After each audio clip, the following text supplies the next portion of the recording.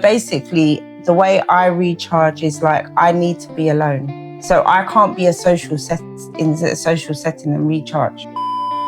One way to not allow your partner to lose themselves is to allow them to be a bit flexible in terms of, okay, so we did have a goal or I did have an aim, but for some reason I've got a different view now. Be yourself. Intimacy is not about perfection. Intimacy is like show who you are.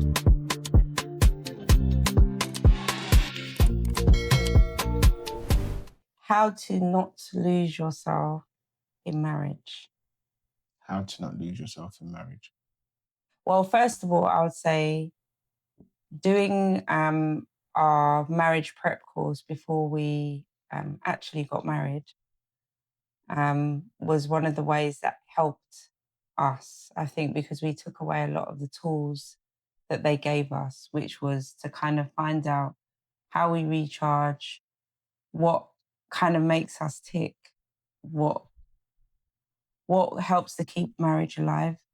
Yeah, the course was pretty good. Yeah. I can't remember how many weeks it was spread I out. can't remember. It was just, was it after church? It was after church, but it covered a lot of things. Like I think it was like 5 weeks or something. I think, well, something like that. But it covered a lot. It covered like things that you don't really think about when you're gonna like get married, which is weird. Because there's some conversations that are a little bit awkward, but it went into things like, I think finances was a good one. It went into finances. Yeah. I think something that I knew that was important because I'd been married before was like, we spoke about it on one of our videos, basically meeting up and setting, I think they had something like they were setting yearly plans and then they done 6 monthly. And I think that was really good because I think sometimes as you're going through marriage, as we know, marriage is a journey, not a destination. And because you're always evolving and changing, I think it's so important to kind of check in with each other because you might have some goals in your head and it changes as the years go on. And as you accomplish things, then you've got new ideas and new things that you want to be challenged with or try to achieve. And I think it kind of helps you to see how far you've come and things to celebrate as well. Yeah. One just came to me just now. I'm going to try and keep... One thing just came to me, and I think one way to not lose yourself in marriage, I think, is to acknowledge the fact that sometimes things do change. I think as you were talking about checking in and seeing if your goals are still the same, I think a way not to lose yourself is to is your partner to allow you to change. Yeah. It's to allow you to change because, as you were saying, sometimes you might have an aim or you might have a goal and you might have some new wisdom or you might just feel differently. So I think one way to not allow your partner to lose themselves is to allow them to be a bit flexible in terms of, okay, so we did have a goal or I did have an aim, but for some reason I've got a different view now. My education on the matter might have changed. So just to not be so rigid that if you're with a person like yourself, I think you are very Holy Spirit led, first of all. So things can sometimes change, which is good. And I think it's allowing you to be in that. Yeah, but I know like for you, some of that, because I'm very kind of spur of the moment type of person, I think that can be a bit stressful for you because you're not that type of person. Yeah. I'm a bit more, I think in the early days you thought you was that. You didn't think I was? You was, but you're not. You're very calculated with you're not really that you're very much a creature of habit.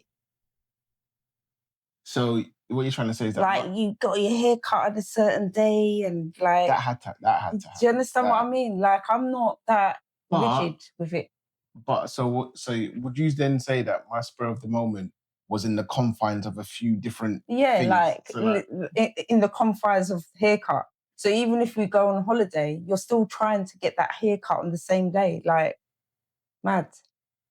Whereas I can change everything, literally, and I have over the course of like our marriage. Yeah. I've changed a lot of different things. So would you say the number one is know how you recharge? I think we should talk a little bit about that because I think we've kind of just glazed over it a little bit.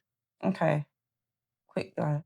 Okay. So basically, the way I recharge is like I need to be alone. So I can't be in a social setting and recharge.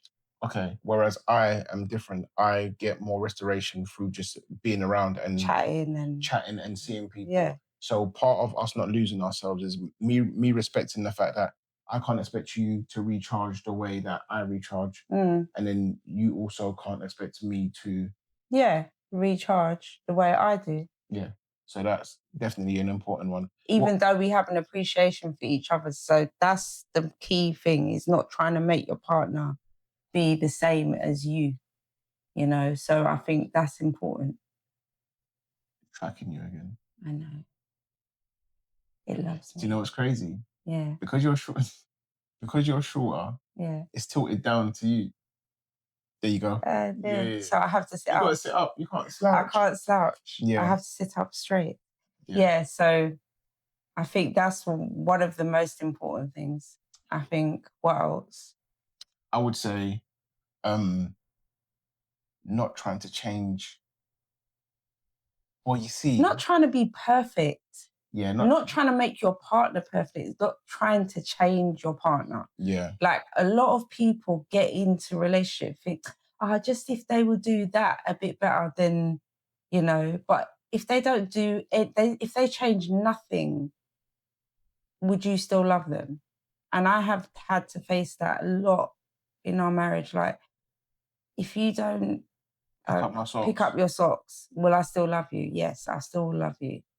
I'll still do whatever. I'll pick up the socks for you sometimes. If I crowd the island. I still love you. It's annoying, but yeah.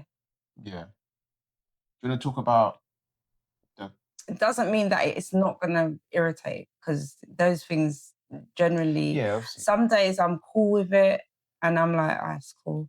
And then some days it's like, ugh. Same with me. Like, look, like some days you can handle my crunching, and some days you're like, you feel like scrunching my face. Listen, some days I feel like I'm going to implode. I feel like I'm going to like pop. What, from my crunching? It just depends. It depends on what's going on. Seriously. But again, there's a respect for each other's stuff. Like, you know. There has to be respect. Yeah. If there's no respect, then, you know, but I would say forgetting totally who you are to please the other person is the recipe for absolute disaster. Yeah. I think what will end up happening is it's going to just be like resentment. Yeah, it'll just be like a time bomb. It'll be like putting your hand over a cork underwater. The moment you remove your hand, it's going to pop up. The moment you, at some point, it's just gonna come out. So I think, do you want to talk a little bit about my car hobbies? It's slowed down now, I think, on my own accord. No, listen, I'm fully in support of the fact that you have got that interest. I'd rather you have an interest than have zero interest, because at the end of the day, it makes you more interesting. I love it. But I don't want to talk about cars all the time. Yeah, that's fine. It like, there's a certain amount I can like listen to it, talk with you about it. And then there's a point where I'm like, no, just like you like to be really, really sociable.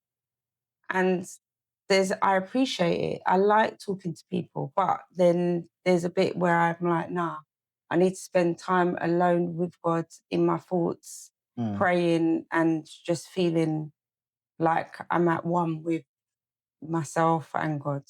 So I suppose to summarize that point, I think it's hanging on to some of the healthy habits or healthy interests that you have, and not thinking that in order to be with somebody, you have to forget those. The reason why I say healthy, because there are some things that maybe we bring into our relationship that might be not so great. So you can't say that is part of me and I'm keeping that. Yeah, but also you've got to also be prepared to know that if someone's coming with something, you can't expect them to just change it overnight. You've got to somehow lovingly be with them. If they need help and they want help, then that's different. But if they're not asking for help, then why are you trying to help? Yeah. Like, honestly, like, then you have had to have a discussion with yourself about, like, my choice. I made this choice to be with this person. True. I think what might happen sometimes is somebody. Well, I think people do it a lot. I think maybe even in the past I've done it. You get with somebody and you're like, right, it's going to be a matter of time, and they're going to come round to how I want them to be, Yeah, and exactly. they're And all of us that's where you've shot yourself in the foot. right in the toes, both of them. Yeah, because at the end of the day, that person has the right to be who God has created them to be. And when they are ready to change, if they're ready, If if if is the very big yeah, thing, then if you've got to be there to lovingly care with them, carry and walk with them through. Because whatever is their issue is also your issue now because you've taken it on. yeah, I would say maybe another point. The last point, because we The there last point. the last point because we could go on about this all Hmm. night. I think the last point you mentioned it previously. I think is not trying to be perfect. Yeah. Don't try and be perfect. Yeah, Be yourself. Intimacy is not about perfection. Intimacy is like show who you are. Show who you are. And if who you are is not acceptable, then sorry, this is who I am. yeah. The reason why I said about like being perfect as well is because I think sometimes what can happen is there is like an ideal. I don't know where the ideal comes from, Mm, and then what happens is that we don't take into consideration our unique relationship, mm, and then we're trying to like copy and paste a format that maybe you feel like everybody else does, but it just doesn't work for you.